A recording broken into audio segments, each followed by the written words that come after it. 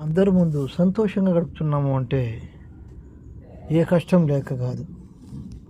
ప్రతి ఒక్కరికి కుటుంబం విషయంలో కావచ్చు, మన జీవితంలో మనుషులకు ప్రతి ఒక్కరికి ఏదో ఒక కష్టం, శ్రమ ఉంటుంది. కానీ పక్కవారితోని చెప్పుకోవడం వల్ల ఎవరైనా చేస్తారు, లేక వారికి నచ్చినట్టుగా వారికి మాట్లాడతారు.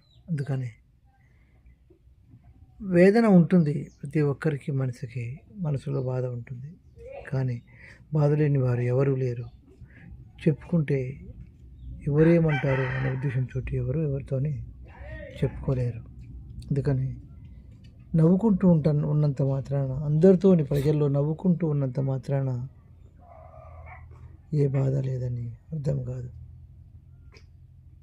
నవ్వుతూ మాట్లాడిన వారు సంతోషంగా ఉన్నారని కూడా అనుకుంటాం మనం, కానీ కాదు, బాధతోనే ఉంటారు.